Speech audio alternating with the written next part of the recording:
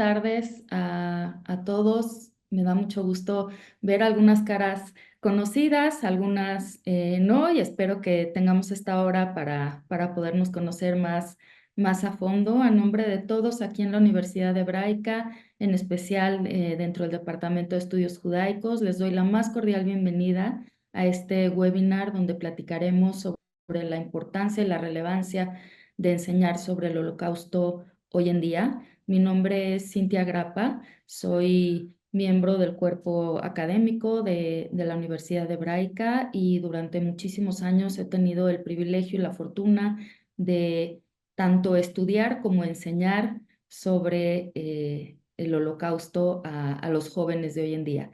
Y comienzo con esta pregunta, ¿no? ¿Por qué es importante hoy en día enseñar sobre un evento que ya pasó? Y bueno, desafortunadamente, como en muchas ocasiones se dice, el que no aprende de la historia tiende a repetirla y a lo largo de todos nuestros círculos cercanos y más lejanos podemos ver cómo desafortunadamente todo este movimiento de estereotipos, de prejuicios ha seguido prevaleciendo y ha permitido que se pueda generar este discurso de odio más viralizado gracias a las redes sociales y por eso es muy importante que nosotros como maestros, como adultos, podamos apoyar a nuestros jóvenes, aterrizar las lecciones del pasado de tal manera que puedan ser más conscientes, más empáticos y más activos en la realidad que los rodea, de tal manera que pasen de ser unos meros observadores a ser activos socialmente con su entorno. Voy a compartir pantalla. Como vamos a tener esta sesión del día de hoy, voy a dar una breve plática que preparé para ustedes y posteriormente les pido que, por favor, con el fin de que esto sea un poco más fluido, podamos leer posteriormente las preguntas o comentarios que ustedes tengan, que pueden ir haciéndonos favor de anotarlos en el chat y así es como vamos a proceder en esta próxima media hora. Yo voy a compartir pantalla. Nada más quisiera que me confirmaran si la ven. Se ve perfecto. Gracias. Voy a aumentar la presentación. Listo. Y bueno. Les presento, el título es El legado de la Shoah hoy en día, por qué es importante enseñar el Holocausto. Y voy a comenzar con este breve video que dura unos segundos. Está en inglés, pero voy a apoyar yo con la traducción. Y cabe mencionar que estas estadísticas que les voy a presentar son en los Estados Unidos. Desafortunadamente no existe un censo actual de esta encuesta en México o en América Latina, pero yo me imagino que desafortunadamente los números deben ser mayores. Las estadísticas en el Holocausto, en educación sobre el Holocausto son sorprendentes. 49% de los millennials no supieron mencionar un campo de exterminio, nombrarlo. 41% cree que menos de 6 millones de judíos fueron asesinados y el 22% de los jóvenes ni siquiera están seguros de haber escuchado sobre el Holocausto. Y bueno, creo que sí son cifras realmente alarmantes. Conforme pasa el tiempo, conforme van avanzando los años, las generaciones se separan cada vez más de un evento de estas magnitudes y les es más difícil conectar. Y traté de abarcar académicamente las 4 voces más representativas sobre la educación del Holocausto. Es imposible hablar sobre por qué es importante hablar del Holocausto sin mencionar a estos 4 personalidades que nos han aportado muchísimo. Voy a abordar brevemente a el gran filósofo artista Teodoro Adorno, que él básicamente plantea que la educación debe partir de la experiencia de la humanidad para evitar que el holocausto se repita. Joan Carles Melich, también filósofo, educador español, él lo que destaca es la importancia de la educación crítica y la reflexión sobre el pasado. Es justamente lo que mencionaba anteriormente, generar en nuestros alumnos este pensamiento crítico para ayudarlos a aterrizar estas lecciones del pasado a hoy en día y ayudarlos también a que ellos entiendan qué es lo que ellos pueden y deben hacer para que el mundo en el que ellos están habitando sea un mundo mejor. Zygmunt Bauman, quien nos advierte sobre la modernidad líquida, que voy a hablar más adelante a profundidad sobre ello, y de qué manera la deshumanización puede surgir en sociedades aparentemente civilizadas.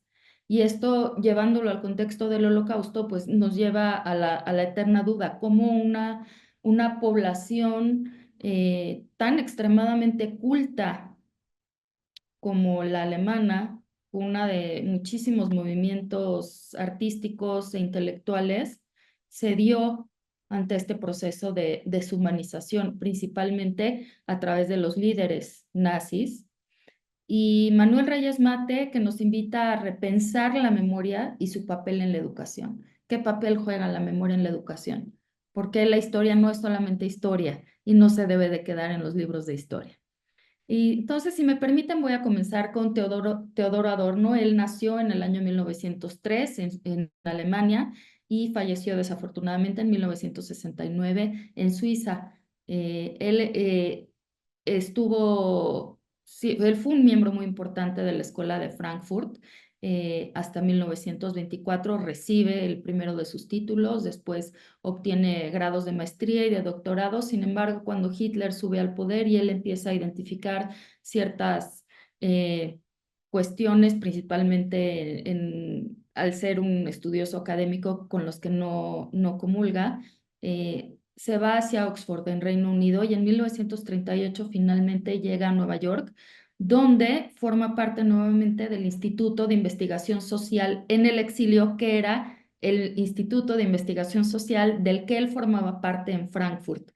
Y estos intelectuales se mudan a Nueva York y desde ahí siguen haciendo su trabajo. Para 1949, con el fin de la Segunda Guerra Mundial, en 1945, él regresa en 1949 y toma la presidencia nuevamente del Instituto de Investigación Social en el exilio. Como mencioné anteriormente, él muere en Suiza en un periodo vacacional después de una sesión de esquí.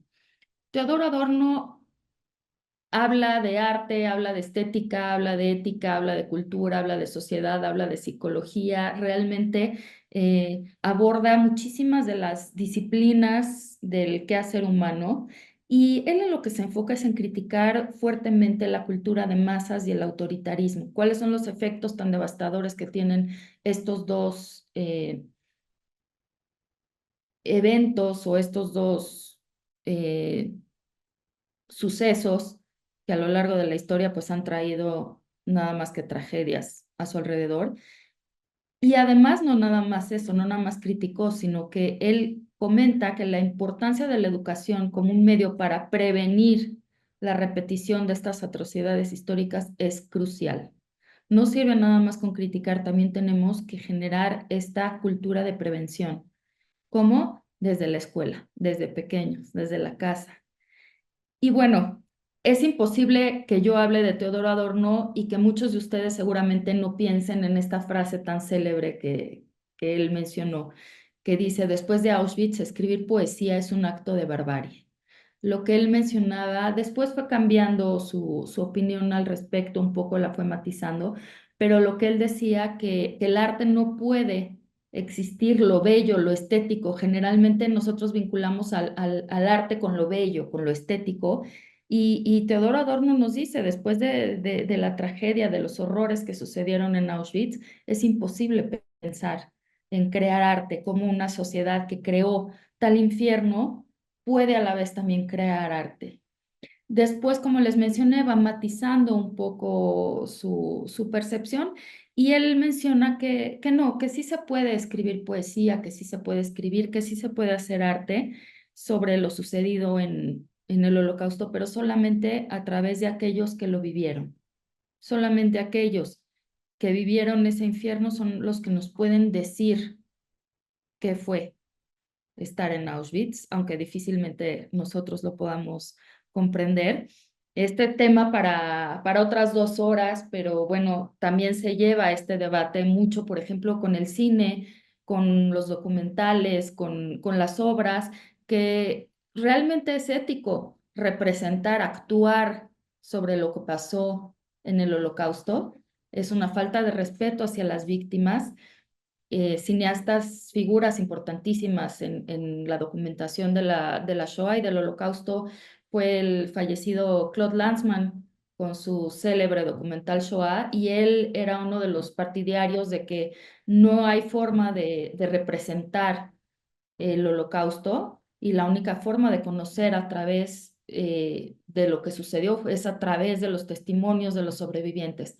Por eso en todos los documentales que ustedes vean de Claude Lanzmann, nunca van a encontrar imágenes sobre lo que sucedió. Lo único que van a ver son imágenes de los campos actualmente, de los lugares, de las ciudades de las que habla en la actualidad, con entrevistas en primer plano de los protagonistas de esta historia. Y por el otro lado está todo este movimiento de películas en el cine más comercial, que se juzga y se critica cómo no se puede actuar sobre lo que sucedió, pero también tiene un valor en el sentido de que si no se hubiese producido la lista de Schindler, por ejemplo, esta información no hubiera llegado tan masivamente al conocimiento de muchas personas, que pues no se hubiesen enterado tan a profundidad de lo que fue, o siquiera de lo que fue el Holocausto, si no hubiese sido a través de estas películas. Ya ni mencionar de aquellos personajes que demeritan y que utilizan de una manera errónea este tema para vender películas que desvirtúan muchísimo el legado y la memoria que nosotros queremos preservar con dignidad, principalmente hacia las víctimas. Entonces, bueno, abro con Teodoro Adorno de esta forma tan controversial, y él en sus puntos clave, lo que yo rescato específicamente sobre lo que nos dice Teodoro Adorno de por qué es importante la educación sobre el Holocausto, es textualmente dice: la educación después de Auschwitz debe ser una educación que no permita la repetición de Auschwitz. Nuevamente, volvemos al nunca jamás. ¿Qué significa nunca jamás? Nosotros tenemos que hacer algo como educadores, como padres de familia, como miembros de una sociedad, al identificar discursos de odio, al apoyar a nuestros jóvenes a que sean ciudadanos más activos, más empáticos y más conscientes sobre lo que les rodea.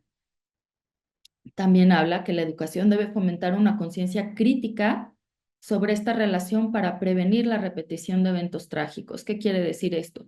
Que no necesariamente el que seamos más civilizados nos va a hacer inmunes a caer en este tipo de tragedias nuevamente, y tenemos que estar sumamente conscientes sobre los efectos tan devastadores que tiene la indiferencia, como ya mencioné anteriormente, y más ahora que está tan en boga, por así decirlo, todo este tema de la inteligencia artificial, que nuestros jóvenes, nuestros alumnos, pues ya tienen la información a un clic de distancia. Es muy importante que nosotros podamos generar en ellos a aprender a utilizar toda esta información de una forma crítica, cuestionarse: ¿tiene sentido lo que estoy leyendo? ¿Es real? ¿La fuente que estoy consultando es verídica? ¿Es fiable? Porque eso también es muy importante que nosotros tengamos en mente cómo van cambiando las formas de obtener la información. También habla sobre la necesidad de combatir la identificación ciega con lo colectivo y la manipulación de las masas. ¿Qué quiere decir esto? Que difícilmente, una disculpa, se dan todas estas tragedias y estos movimientos si no hay, por un lado, una manipulación, un totalitarismo que manipule a las masas, y por el otro lado, unas masas que tengan este sentido de pertenencia o de identificación tan grande con este líder carismático, autoritario, y que de esta manera obedezcan ciegamente a la autoridad. Y esto lo podemos ver en el aspecto micro desde el salón de clases con desafortunadamente los casos de bullying que hay, como hay un líder y muchos de los observadores se quedan callados por seguir ciegamente a este líder que es el popular, que es el fuerte. De la misma manera pasa en grandes escalas cuando llega un líder autoritario, carismático, que viene a generar un sentido de pertenencia, y no nada más eso, sino también eh, de, de respeto y de seguimiento sin cuestionar hacia esta autoridad. Y Adorno nos menciona, la incapacidad de identificación fue sin duda la condición psicológica más importante para que pudiese suceder algo como Auschwitz. Esta capacidad de levantar la voz y de decir, no está bien, yo no me voy a integrar a esto porque no es lo moralmente correcto, es lo que permitió en gran medida que sucediese Auschwitz, aunque sí hubo gente que levantó la voz, de los cuales vamos a hablar más adelante. Este es un claro ejemplo y es una fotografía que, bueno, como ustedes pueden ver, aquí hubo alguien que no levantó la mano en el saludo por no estar de acuerdo con lo que promulgaba estas ideas. Y bueno, hay una educación integral. Tenemos que enfocarnos en una educación que no solamente se centre en el conocimiento, en saber qué pasó, sino promover un clima cultural y social que impida la repetición de Auschwitz. Vuelvo a lo mismo.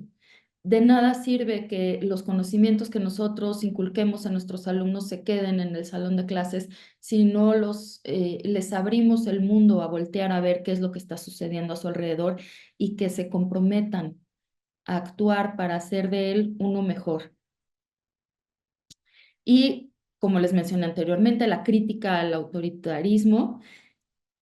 Y ahora voy a pasar, porque el tiempo es corto y necesito cerrarlo de una forma que espero les parezca interesante. Joan Carles Melich, él sigue acompañándonos, afortunadamente sigue vivo, es un filósofo y pedagogo español que se ha enfocado muchísimo y ha dedicado gran parte de todos sus escritos, sus ensayos, sus labores como un gran académico reconocidísimo, no solamente en España, sino en el mundo también, al vínculo tan fuerte que tiene la educación y la ética. Y él escribe, aquí tengo su libro, se llama La lección de Auschwitz, por si alguien lo quiere después consultar o lo quieren leer, es una joya. Y él lo que habla es que tenemos que repensar la educación después de lo sucedido en el Holocausto, porque el Holocausto fue un parteaguas en la historia de la humanidad. Y esto es muy importante recalcarlo. Eh, no todas las víctimas fueron judíos, pero sí todos los judíos fueron víctimas, esto lo dice Elie Wiesel. Y este evento, conocido como el Holocausto, fue un evento, una tragedia que marcó y que sigue marcando hasta el día de hoy prácticamente todas las esferas del quehacer humano. Afectó temas de derecho al implementarse nuevos conceptos como el genocidio en el derecho internacional, como los crímenes contra la humanidad, crímenes de guerra, en la medicina, al implementar el código de Nuremberg, que es el código que regula la utilización de seres humanos en ciertas pruebas médicas, por no decir la experimentación, en la educación, en el arte, en la cultura, prácticamente no hay un área del quehacer humano que no haya sido tocada o afectada por el Holocausto. Y esto es lo que Joan Carles Melich es lo que nos plantea. Tenemos que replantearlo. ¿De qué manera esto cambia la forma en la que nosotros tenemos que educar para evitar que suceda? Como les dije, menciona, además de la pérdida de millones de vidas, también desafió nociones previas de lo que era posible en términos de inhumanidad. Por ejemplo, en la Declaración Universal de los Derechos Humanos en 1948 es una consecuencia de esto. El término genocidio, si bien ya se había pensado anteriormente por Rafael Lemkin con el genocidio, que muchos no lo reconocen, sucedido en Armenia, eh, ¿Quién se hubiera imaginado en su sano juicio que era necesario en 1948 poner por escrito que los seres humanos, por el simple hecho de nacer, tenemos ciertos derechos que son inherentes y que nadie nos puede quitar? Se tuvo que poner por escrito en 1948. Y lo que dice es que la educación debe formar individuos que sean conscientes de su libertad y que reconozcan también su obligación hacia los demás. Y es lo que menciono. Hay un concepto que se llama círculo de obligaciones, que es la gente por la que yo respondo, la gente por la que me preocupo. Si le llega a pasar algo a alguien que está dentro de mi círculo de obligaciones, de responsabilidades, pues yo levanto la mano para defenderlo. Pero aquello que no está dentro de mi círculo de obligaciones, pues me volteo para el otro lado. Y esto es lo que Jean-Carl Smelich nos menciona mucho, que tenemos que ampliar nuestro círculo de obligaciones, en decir, no necesariamente me afecta directamente, pero si yo sé que hay alguien que está aquí a mi lado, que no le está pasando bien, alguien que está sufriendo, ¿por qué no ampliar mi círculo de responsabilidad hacia ello y actuar en consecuencia apoyando? Otro postulado importantísimo es que la memoria es más que un acto de recordar. De nada sirve, es importante hacer estos eventos conmemorativos, pero es más importante aún hacer un compromiso con nosotros mismos a través de estos actos de conmemoración y decir, hoy en día, ¿a qué me comprometo? No podemos cambiar el pasado, pero sí tenemos la responsabilidad de aprender de él y de esta manera nosotros implementar todas las medidas preventivas para que vuelva a suceder un acto, ya no digamos de estas dimensiones, sino que siga proliferando el discurso de odio, los prejuicios, como mencioné anteriormente, los estereotipos hacia cualquier otro ser humano. Esta fotografía que ven es muy significativa. Estas son unas placas conmemorativas que se ponen afuera de los edificios de aquellas personas que fueron víctimas del holocausto en las calles. Si alguien va caminando en alguna ocasión por las calles de Roma, por las calles de Berlín, por las calles de Ámsterdam, van a encontrar unas plaquitas como estas en el suelo y, y quería que supieran qué significan eso. Si se acercan a leerlas, está el nombre de la persona que vivía a las afueras del edificio que van a tener frente a ustedes si se topan con una de estas placas, que por cierto también están un poco más elevadas a la altura del piso para que uno se tropiece con ellas y las voltee a ver.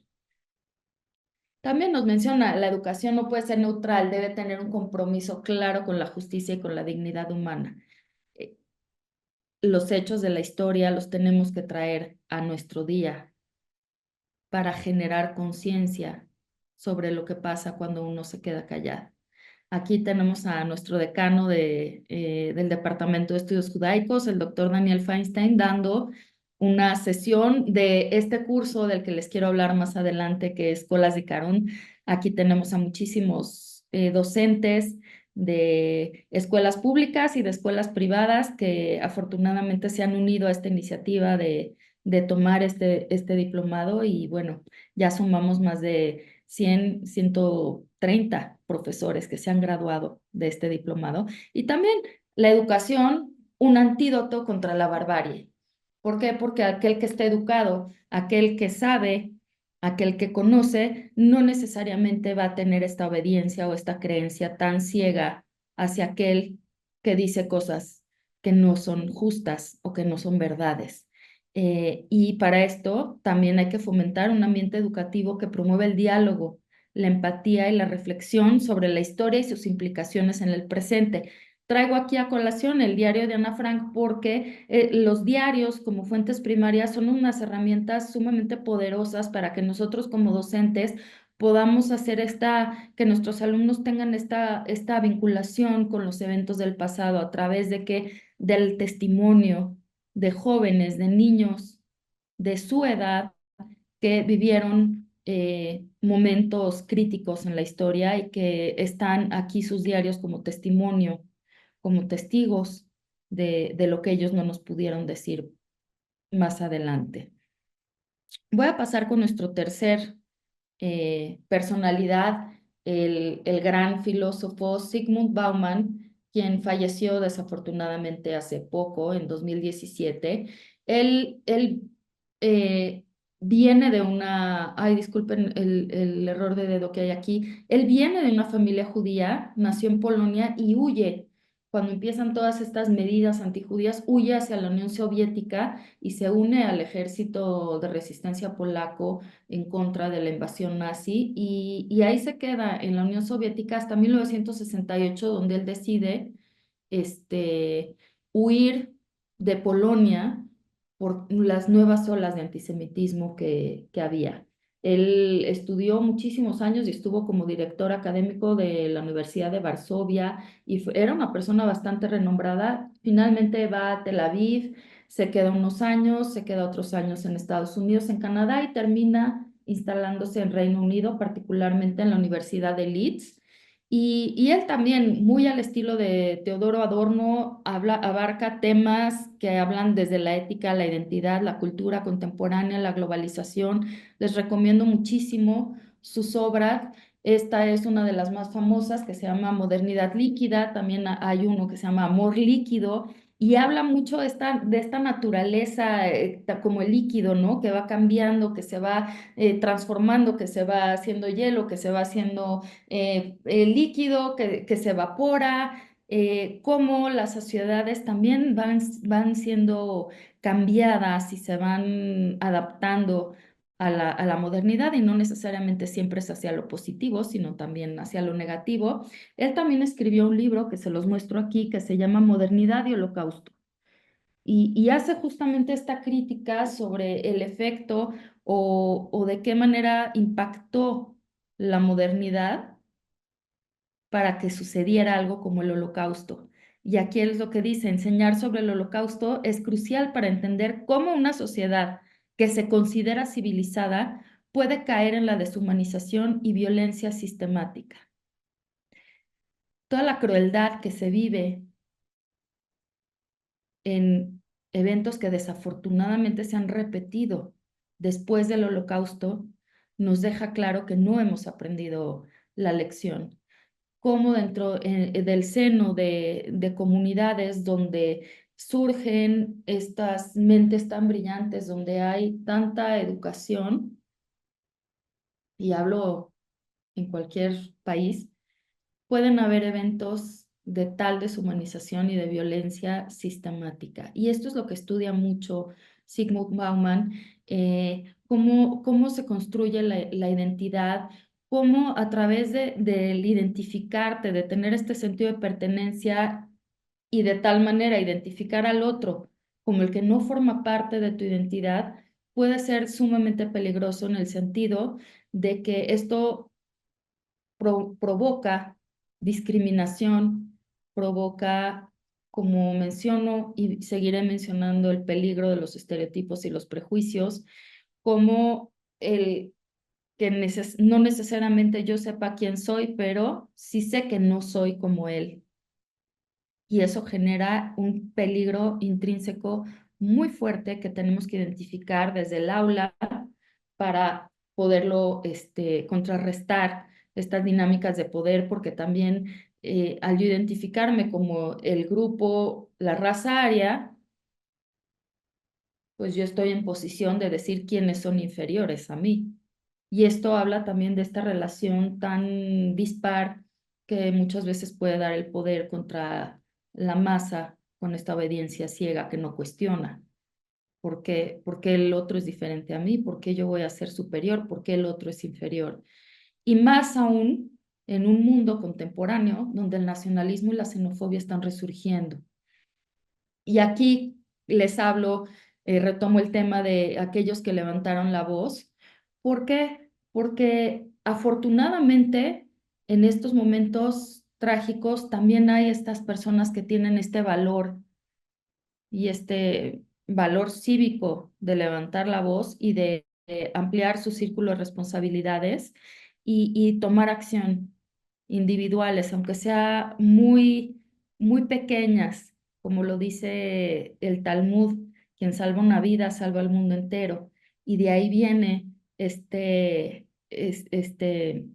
distinción que es justos entre las naciones, que lo adjudica la institución que es la institución líder en la conmemoración del Holocausto, que es Yad Vashem. Se encuentra este Jardín de los Justos entre las Naciones en Israel, es la autoridad para la conmemoración del Holocausto, y ellos determinaron que aquellas personas que no nada más levantaron la voz, sino que pusieron en riesgo su propia vida y la de sus seres queridos, las de sus familiares, que no recibieron nada a cambio, que lo hicieron simplemente porque era lo correcto, merecen esta distinción de justos entre las naciones. Esto se da dentro del marco del Holocausto, pero afortunadamente son los casos de los upstanders, aquellos que levantan la voz en contra de los observadores y de los perpetradores, porque aquí el que fortalece al perpetrador es el silencio del observador, son aquellos que tenemos que honrar y que tenemos que seguir su ejemplo.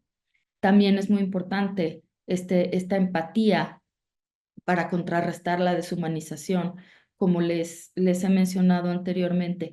El que el otro sea diferente a mí, el que el otro piense diferente a mí, no quiere decir que no merece un lugar en esta tierra, ¿no? Que no merece un lugar en el salón de clases, que no merece nuestra empatía, que es muy diferente que compasión. Y eso es algo que también me gustaría discernir, que no es lo mismo compasión y empatía, y es una obligación cívica y moral que tenemos como docentes generar este sentimiento de empatía y esta responsabilidad cívica con nuestros alumnos. Y para cerrar este muy breve eh, recuento de estas posturas de estos grandes filósofos, tenemos al enorme Manuel Reyes Mate, que nació en 1942. Él es también un gran filósofo y pedagogo español y es conocido por el gran énfasis que él pone en la educación y la memoria, específicamente sobre Auschwitz. Él dice que Auschwitz debe ser un punto de referencia fundamental en la formación de la conciencia crítica y ética de las nuevas generaciones. Aquí tengo estos dos libros que de verdad se los recomiendo muchísimo, que este se llama Por los campos de exterminio y hace toda este tipo de análisis de cuestiones de por qué sucedió y cómo es que sucedió. Y bueno, que es la memoria de Auschwitz y cómo debemos educar a través de la memoria de Auschwitz. Y ojo, aquí al hablar de empatía, también tenemos que hablar de empatía hacia las víctimas. Eh, no revictimizarlas, respetar su dignidad.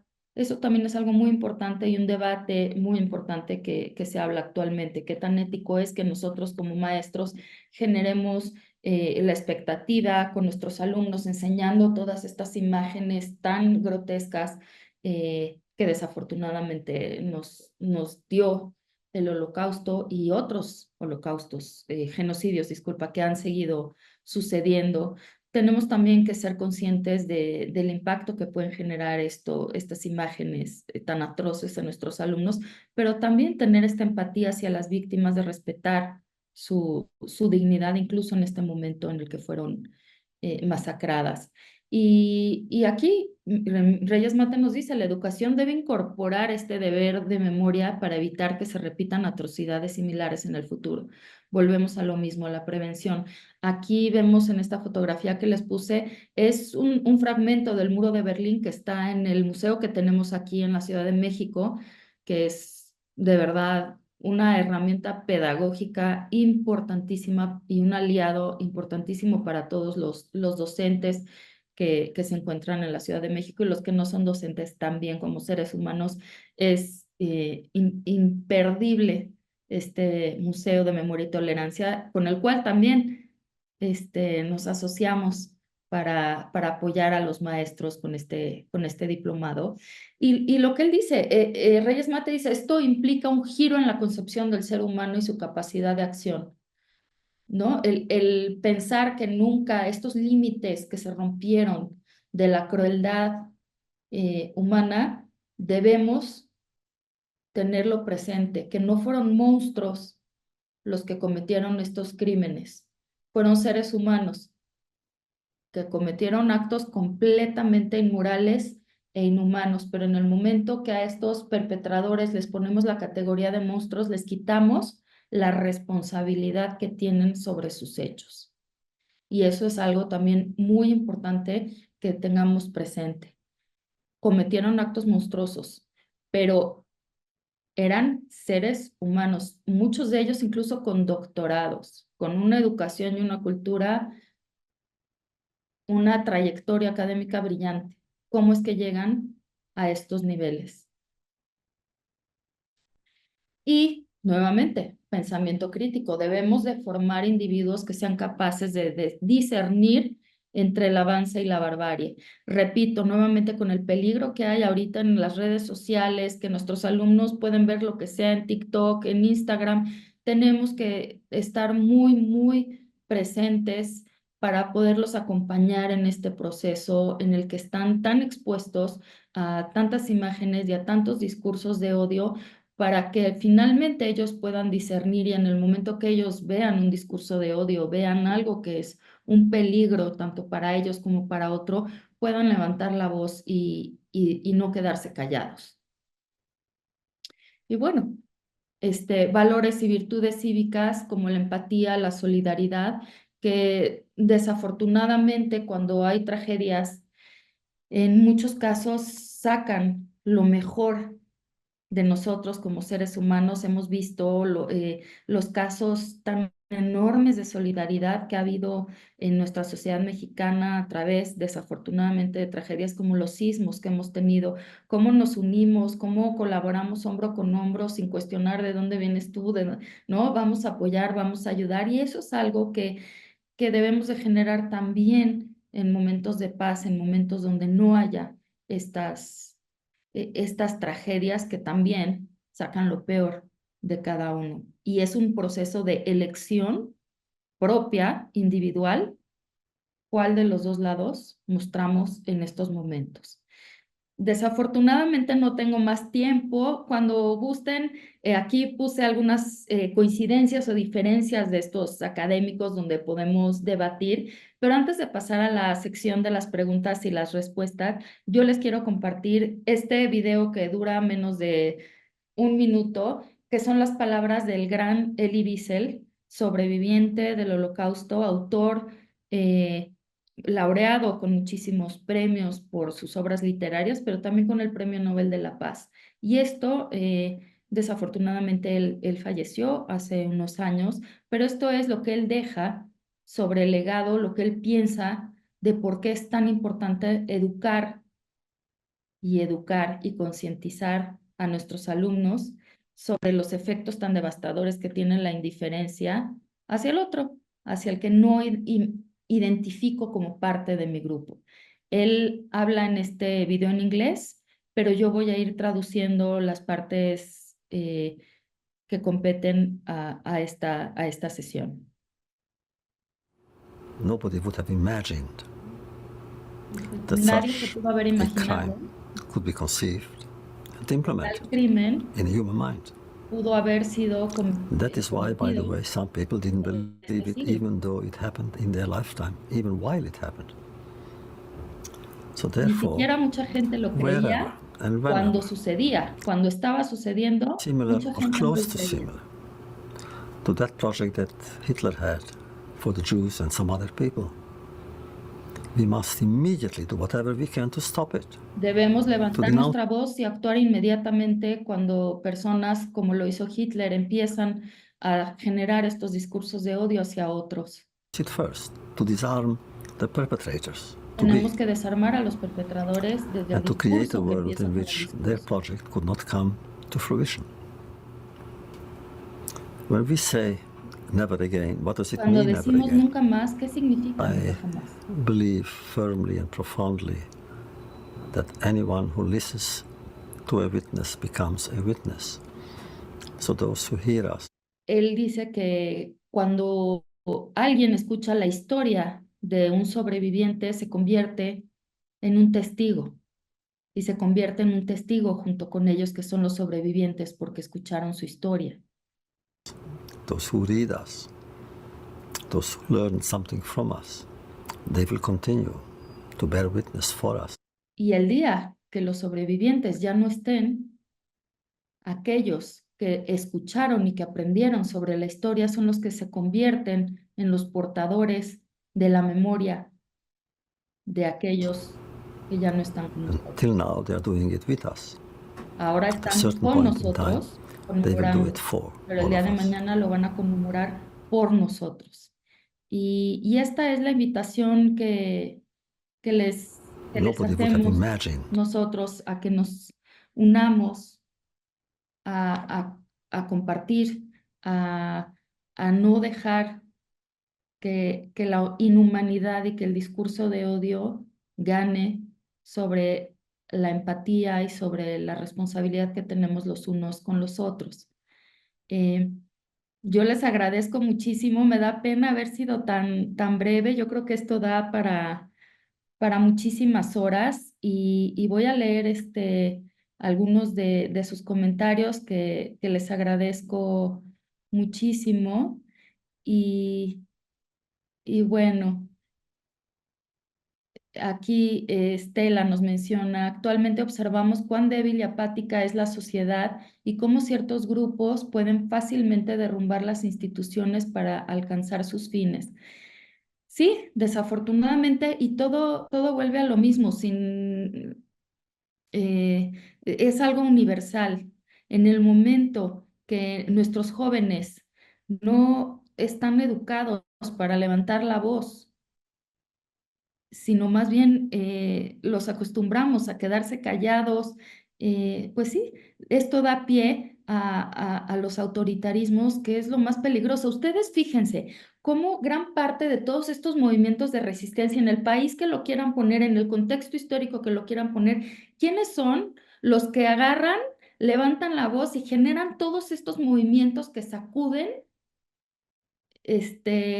no desde raíz a estos movimientos totalitarios o movimientos? ¿Quiénes son? Son los jóvenes. Pónganse a pensar.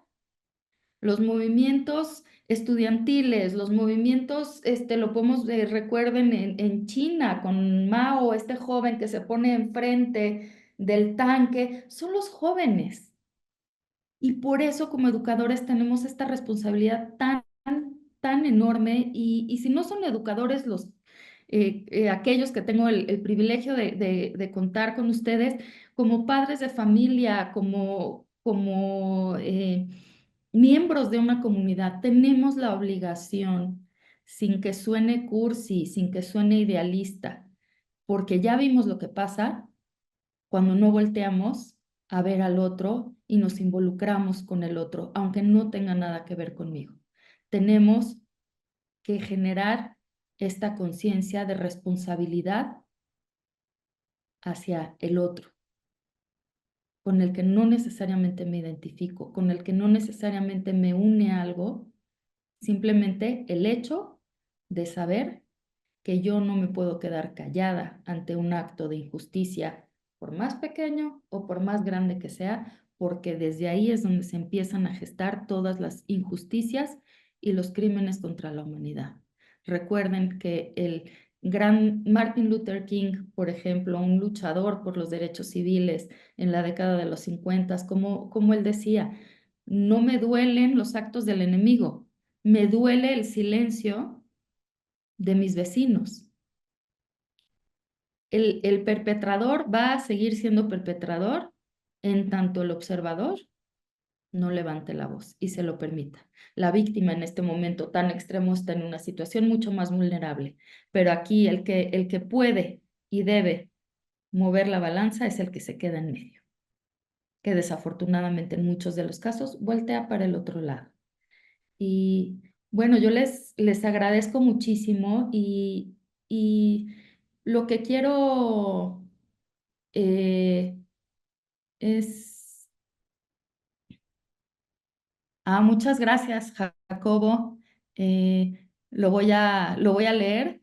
Jacobo me menciona que hablé mucho sobre Auschwitz, pero hablar de otros campos, bueno, desafortunadamente es tan vasto todo lo que existe en términos de deshumanización y de eventos contra el otro ser humano, que me podría tardar 10 horas en hablar solamente de los campos de aquí, ojo, porque hablo de Auschwitz no como el espacio físico de Auschwitz, sino lo que simboliza. Eh, Porque si hay un campo de exterminio o de concentración que es más conocido, es el campo de Auschwitz, no porque haya sido el más, no se puede medir el sufrimiento, pero hubo otros campos de exterminio, hubo otros campos que no fueron de exterminio, pero donde también fallecieron miles de personas en unas condiciones infrahumanas. Pero aquí cuando hablo de Auschwitz, por lo que yo hablo de Auschwitz es por lo que representa, por lo que simboliza, sin demeritar todos los otros espacios que también claramente merecen un reconocimiento y merecen un lugar en nuestra memoria. Y bueno, con esto termino, les agradezco mucho. En este momento me van a apoyar mis compañeros de la universidad a compartir un flyer de este curso, que es un diplomado que los invitamos abiertamente a que formen parte. Este es un diplomado que no nada más lo hacemos y lo construimos en sociedad con el Museo de Memoria y Tolerancia y con el Centro de Estudios Multisensoriales, sino que también es el único en este país de México que es avalado y auspiciado por el gobierno de Alemania justamente para generar esta conciencia de la importancia de la educación. El gobierno de Alemania distribuye ciertos recursos anuales a programas de educación que sean lo suficientemente valiosos para que sean financiados. Si ustedes gustan, con muchísimo gusto les podemos hacer llegar esta información. El curso se llama Colas di Carón, es un diplomado que tiene duración de aproximadamente 8 meses, con 20 horas, son 20 sesiones de 2 horas cada una, son 40 horas, tiene un valor curricular como diplomado y la ventaja que tiene es que es asincrónico. Cualquiera se puede conectar a ver la sesión. La primera hora, por lo general, es una sesión con alguno de los expertos que hay a nivel internacional. Tenemos expertos de Argentina, tenemos expertos de Brasil, tenemos a nuestro decano de estudios judaicos, a las eminencias de cada uno de estos temas. Y la segunda hora se enfoca mucho a cómo aterrizar pedagógicamente estas lecciones al salón de clases, cómo, a través de qué herramientas pedagógicas, a través de qué recursos. Y bueno, están todos cordialmente invitados a unirse, a ser parte de esta cuarta generación, que también tendrá la oportunidad posteriormente de ir a un viaje a Alemania y a Polonia, porque no hay mejor forma de educar que visitando estos lugares, para lo cual también contamos con el apoyo y el subsidio del gobierno de Alemania y del Klems Conference, que es la organización que se dedica a las reparaciones de guerra a las víctimas del Holocausto. Y también contamos con su apoyo. Esta sería la cuarta generación de docentes y de profesionales, de intelectuales que graduamos a través de este diplomado, que facilita el proceso de selección para el posterior viaje, que es prácticamente también subsidiado por el gobierno de Alemania y el Klems Conference. Hasta aquí el webinar de hoy. El jueves tendré el gusto de impartir otro webinar que es sobre la participación de Francia durante el Holocausto y por qué eso explica los niveles tan altos de antisemitismo que hay hoy en día y los actos de resistencia también, porque pues seguramente muchos de ustedes han visto muchos libros sobre novela histórica como El Ruiseñor, que hablan de la resistencia de Francia, y eso es lo que vamos a retomar. Y el martes siguiente vamos a hablar sobre la naturaleza del odio, el antisemitismo a través de sus fuentes primarias. Vamos a leerlas y vamos a discutir sobre ellas. Y bueno, yo les agradezco muchísimo sus comentarios. Los voy a seguir leyendo y les estaremos respondiendo en privado. Vicky, qué gusto verte por aquí, muchísimas gracias. Vicky también es una compañera que nada más ha estudiado mucho sobre el Holocausto, es hija de un sobreviviente y próximamente nos va a estar compartiendo su libro que, que escribe al respecto. Y bueno, muchísimas gracias. Fue un gusto compartir este espacio con ustedes y espero verlos tanto en el diplomado como en el próximo seminario que es este jueves, igual a las 6 de la tarde. Muchas gracias y buenas noches.